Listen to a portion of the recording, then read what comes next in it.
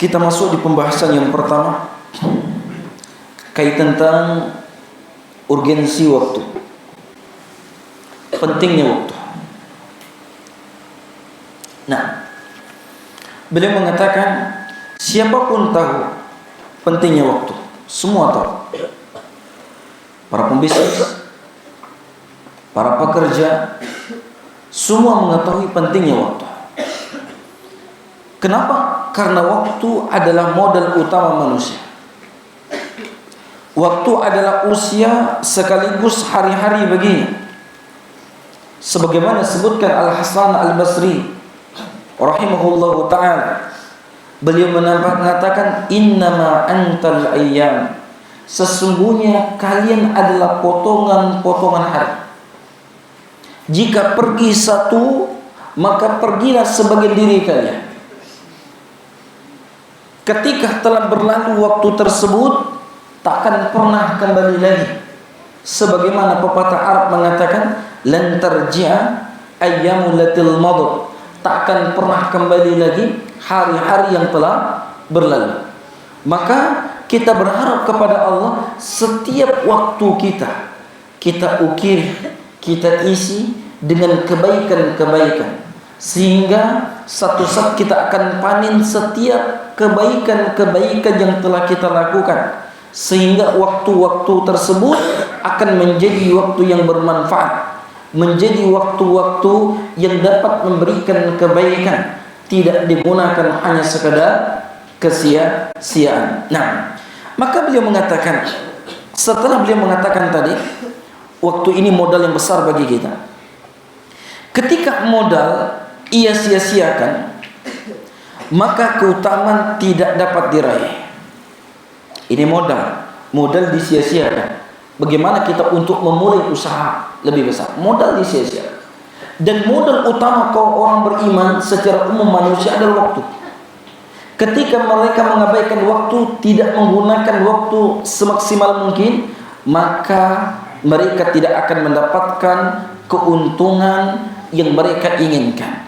Nah, selanjutnya beliau mengatakan, ketika orang itu tahu hari demi hari adalah modal utamanya, ia akan berusaha maksimal untuk memanfaatkannya dengan baik dan tidak menyia-nyiakannya. Ini poin yang penting bagi kita yang perlu kita ketahui juga. Beliau mengatakan, jika orang itu sudah tahu demi hari berganti hari itu modal yang paling utama, mereka tidak akan menyia-nyiakan. Menunjukkan di antara sebab kita menyia-nyiakan waktu tersebut karena kita tidak tahu waktu tersebut adalah modal yang amat berharga bagi kita. Dan orang yang telah menyia-nyiakan setiap harinya, setiap waktunya, satu saat mereka akan jatuh dalam keadaan penyesalan. Orang tua menyesal, kenapa dulu waktu muda saya tidak gunakan semaksimal mungkin. Semua akan menyesal. Orang kafir lebih lagi menyesal. Allah Subhanahu wa taala sebutkan dalam Al-Qur'an, apa kata Allah dalam surah An-Naba? Yaqulul kafir ya laitani kuntu turaba. Andaikan aku dulu tetap menjadi tanah. Apakah orang beriman juga menyesal? Ya, orang beriman juga menyesal. Kenapa tidak lebih maksimal lagi menggunakan waktu tersebut untuk dekat kepada Allah Subhanahu wa taala? Ikhwani fid din wa akhwati fil a'lakum rahimani wa rahimakumullah taala. Begitulah orang-orang yang ketika mereka mengetahui keutamaan, maka disebutkan dalam satu riwayat, ada orang yang berjuang di jalan Allah, berjihad di jalan Allah. Mereka mati terbunuh. Mereka tahu keutamaan besar. Mereka berharap ketika mati mereka dihidupkan lagi. Mereka berjuang, mereka ingin dimatikan lagi. Mereka berjuang, mereka ingin dimatikan lagi. Kenapa? Mereka mengetahui berharganya waktu kebaikan yang telah mereka perbuat tersebut. Nah, ikhwan fillah, a'lakum rahimani wa rahimakumullah taala ajmain. Selanjutnya beliau mengatakan di paragraf selanjutnya, ketika seorang memanfaatkan modal dan mengembangkannya, maka modalnya tetap ada dan dia mendapatkan keuntungan. Jadi kalau kita berusaha, punya usaha mungkin modal 1 juta, modal ini kita gunakan tanpa kita ambil-ambil, kita kembangkan, kita akan terus dapat modal, dapat keuntungan dapat. Beda kalau kita usaha, modal diambil, Di usaha modal, tidak berkembang usaha kita. Dan modal utama kita adalah waktu. Bagaimana kita setiap waktu terus berputar, terus berganti, dari menit berganti, jam terus berganti. Apakah kita gunakan dalam kebaikan atau tidak? Ikhwani fiddin wa akhwati fil 'azzakum rahimani wa rahmakumullah ta'ala. Maka beliau mengatakan demikian halnya dengan modal manusia, yang tidak lain adalah hari-harinya. Ia harus benar-benar manfaatkan semaksimal mungkin untuk segala hal yang membawa manfaat. Sampai disebutkan dalam satu riwayat, Nabi SAW mengingatkan kepada kita bahwa ketika kita berada di sore hari, jangan kita tunggu pagi hari. Ketika kita berada pagi hari, jangan tunggu sore hari. Mengingatkan bahwa kita untuk bersegera untuk melakukan kebaikan. Mengingatkan dalam hadis ini bahwa kita diperintahkan untuk memanfaatkan waktu tak kala kita diberikan. Jangan kau berandai-andai. Boleh Anda bercita-cita menginginkan kebaikan. Begitu juga antum sekarang seorang penuntut ilmu. Mungkin ada, Ustaz, saya ingin belajar di sana, saya ingin belajar di kota ini, saya ingin belajar di universitas ini, saya ingin belajar di mahad ini. Sekarang antum manfaatkan dulu. Sekarang manfaatkan dulu waktu yang ada. Jangan antum tunggu ketika antum berada di universitas yang antum impikan. Jangan antum tunggu ketika antum berada di kota yang antum impikan. Antum gunakan waktu saja. Itulah yang diingatkan oleh Rasulullah SAW. Jangan kau tunggu sore hari ketika engkau berada di pagi hari. Nah, ikhwan fillah anjakum rahimakumullah ta'ala. Allah Subhanahu wa taala menyampaikan hujjah kepada hamba bahwa Dia memanjangkan usia untuk mereka. Allah memberikan kita usia berganti setahun, 2 tahun, dia terasa 20 tahun sampai 30. Allah berikan. Dan Allah Subhanahu wa taala mengatakan, "Awalam nu'ammirkum ma yatadhakkaru fihi man tadhakkara wa ja'akum nadhir." Allah sebutkan dalam surah Fatir ayat 37. Bukankah kami telah memanjangkan umur kalian untuk dapat berpikir, bahwa orang yang mau berpikir padahal telah datang kepada kalian seorang pemberi peringatan. Ini untuk menjadikan pelajaran. Tidak ada lagi besok bernegosiasi. Saya tidak ada waktu untuk beribadah. Kau telah diberikan umur, kau telah diberikan waktu, kau diberikan kesempatan, kau diberikan waktu untuk bertaubat, kau diberikan waktu untuk beramal, kau diberikan rezeki, kau diberikan kenikmatan yang tidak ada satupun di antara kita untuk bisa menghitungnya. Maka ikhwani fiddin wa akhwati fil 'azzakum rahimakumullah ta'ala, beliau mengatakan, yakni bukankah kami telah memanjangkan umur kalian yang cukup untuk berpikir dan memetik pelajaran dalam hidup kita. Kalau kita melihat ada orang yang dikuburkan, kau ingat kau saat kau akan dikuburkan. Kalau kau pernah hadir sholat jenazah, satu saat kau akan disolatkan. Kalau kau pernah memandikan orang jenazah, satu saat kau akan dimandikan. Ikhwani fiddin wa akhwati fil 'azzakum rahimakumullah ta'ala. Lantas apa yang telah kalian perbuat selama masa dan usahakan itu. Tidak ada lagi jawaban. Allah katakan, awalam nu'ammirukum ma yatadhakkaru fi ma tadhakkaru wa ja'akum nadhir. Allah berikan umur kepada kita, nanti akan ditanyakan. Ini Allah sebutkan dalam surah Fatir. Selanjutnya kita juga harus tahu bahwa kita akan diperhitungkan atas setiap waktu yang berlalu. Waktu kita yang berlalu ini akan diperhitungkan. Pagi berganti siang, siang berganti sore, berganti malam, terus berganti. Akan dipertaruhkan. Kita gunakan waktu untuk apa? Bagaimana Rasulullah SAW mengatakan, la tazulu qadaman abdin, tidaklah kedua kaki seorang hamba, kata Rasulullah SAW, bergerak hatta yus'ala an arba'in, sampai ditanya 4 perkara. Apa yang ditanya tersebut? Yang pertama, an umrihi fima afna. Yang pertama kata Rasulullah SAW, tentang umurnya apa ia habiskan. Dia untuk apa? Untuk berleha-leha, untuk poya-poya, atau untuk belajar Al-Quran. untuk mempelajari agama, untuk berbuat baik, atau untuk membuat kerusakan dan seterusnya, kita akan ditanyakan. Jangankan waktu yang kita gunakan untuk keburukan, waktu yang kita gunakan yang tidak berfaedah saja kita akan pertanggungjawabkan. Itu yang pertama. Yang kedua, an syababihi fima abla. Ini yang kita akan bahas. Nanti juga akan ditanya tentang masa mudanya, apa yang kalian akan gunakan. Gunakan untuk apa masa muda? Ustaz, insyaallah masa muda saya akan gunakan untuk menuntut ilmu. Atau gunakan untuk main game. Saya jadi gamer, pemain game yang handal. Untuk apa? Kita akan ditanyakan. Yang mengucapkan ini bukan manusia yang asal ngomong, tetapi manusia yang terbaik yang Allah katakan, wa ma yantiqu 'anil hawa in huwa illa wahyu yuha. Yang tidak terlontar dari lisan beliau melainkan wahyu dari Allah Subhanahu wa taala. Itu yang kedua. Yang ketiga, wa an malihi min aina tasaba wa fima anfaqah. Yang ketiga akan ditanya adalah tentang hartanya, dari mana dia dapatkan dan dari mana dan kemana dia akan keluarkan.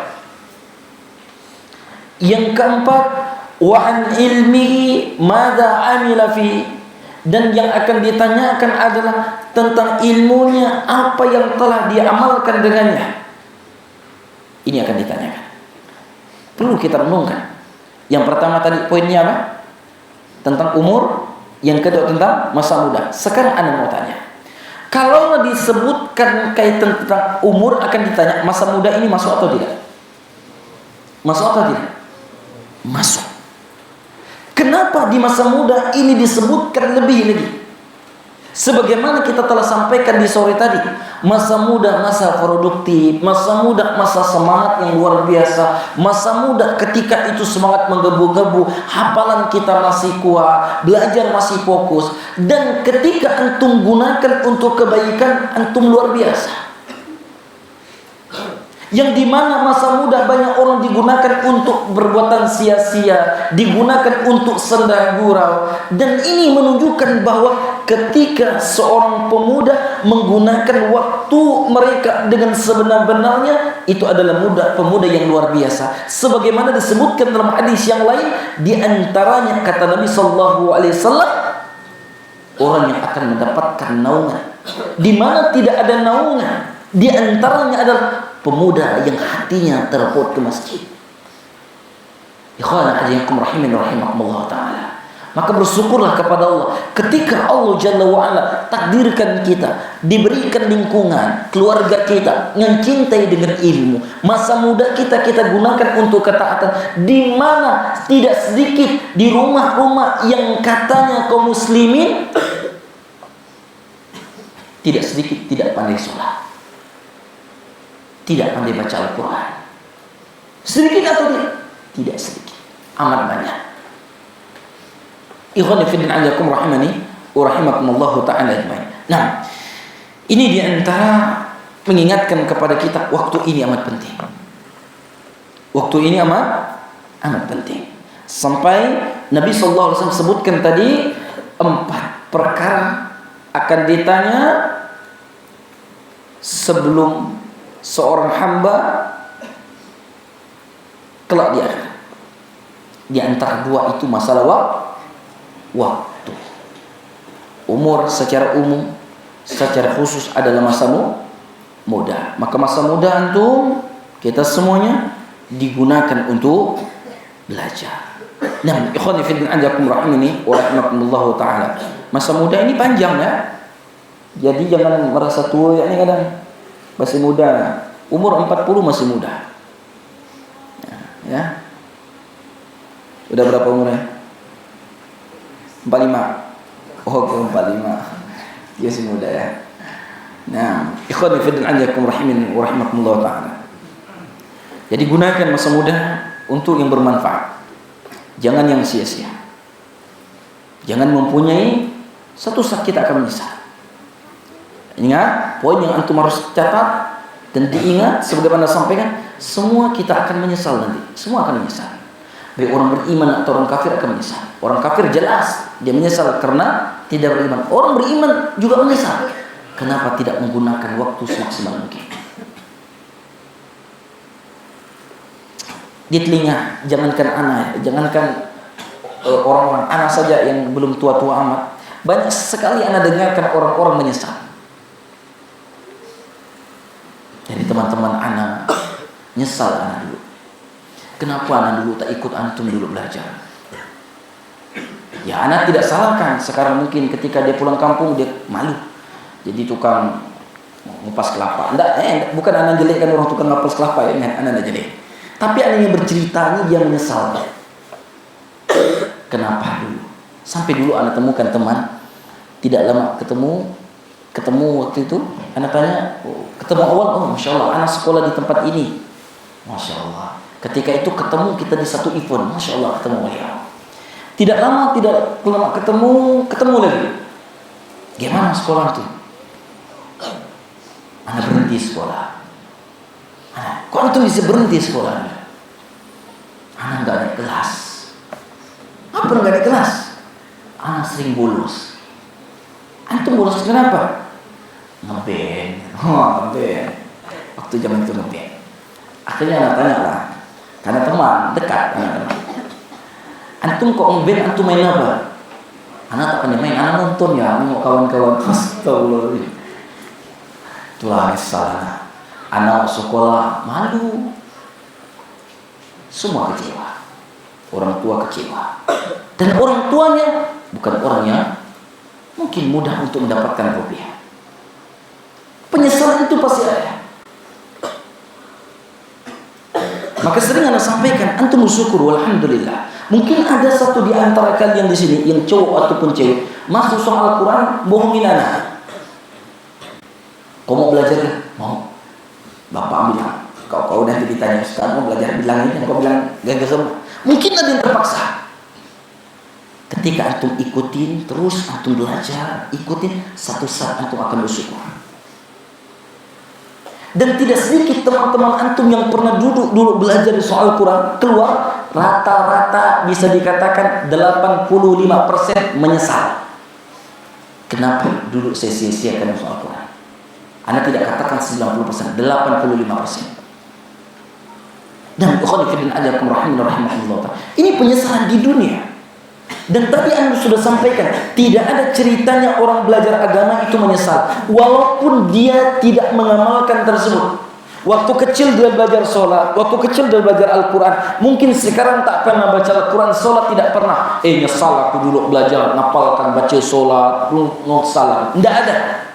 Yang adanya nyesal, kenapa dulu aku kecil tak belajar, letih mak bapak aku melasa, ngapa aku tak belajar. Adanya seperti itu. Dan lihat Nabi SAW melihat perhatian besar dengan waktu. Jadi waktu jangan disisihkan, terkhusus waktu seperti kalian ini, di mana otak kalian belum memikirkan istri. Ada yang sudah mikirin istri? Bila udah datang beliau, bila udah datang, terkejut loh Ustaz ya. Bila datang, bila datang, terkejut, makan sakit kan? Masya Allah. Belum mikirin istri, belum mikirin anak. Ada sudah mikirin anak? Riko, udah mikirin anak? Udah berapa?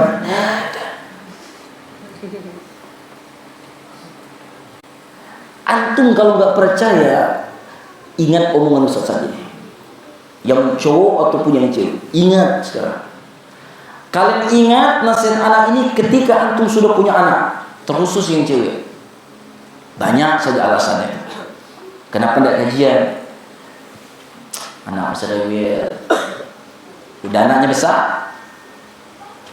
ada alasannya. Hamil lagi, misalnya, terus banyak alasannya. Maka masa muda antum gunakan. Ana mau menegaskan antum gunakan masa muda. Di zaman pada saat ini tidak sedikit muda digunakan sia-sia. disibukkan dengan gadget, disibukkan dengan kamar hanya bermain game, dengan keren-kerenan satu dengan yang lain. Dan antum jangan pernah merasa asing, jangan pernah merasa aneh.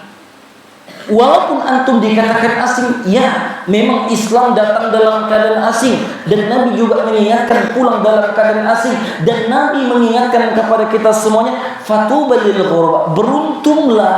Disebutkan juga tuba di sini adalah surga. Orang akan mendapatkan surga, orang-orang yang asing. Di saat orang sibuk dengan dunia, antum fokus untuk belajar agama. Di saat orang menyanyiakan waktu muda, antum bergunakan untuk hal yang bermanfaat. Ini di antara karunia yang besar. Ikhwan fillah ajakum rahimani wa rahimakumullah taala ajmain. Wa nasallahu, kita bermohon kepada Allah di waktu-waktu muda kita gunakan untuk perkara yang bermanfaat. Masih tak percaya? Kalau antum tak percaya, nih nanti kalau liburan tanya bapak emaknya. Mak, ada tak mak nyesal kan?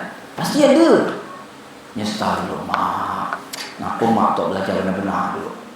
Nyesal dulu bapak. Ada pasti. Janganlah antum banding-bandingkan mak bapak ni nyuruh aku belajar, mak bacanya tak agak bagus benar. Makanya mak kalian nyuruh kalian belajar benar-benar supaya tidak menyesal seperti mereka. Paham? Paham tidak? Tidak sedikit. Ana dapatkan kisah-kisah, bukan kisah-kisah, cerita dari mak-mak kalian. Ustaz, kalau anak saya ngaji nangis saya. Saya ini tak tahu hukum Ustaz, tapi saya rasakan bacaan anak saya lebih bagus daripada saya. Sedangkan umur saya ini udah tua.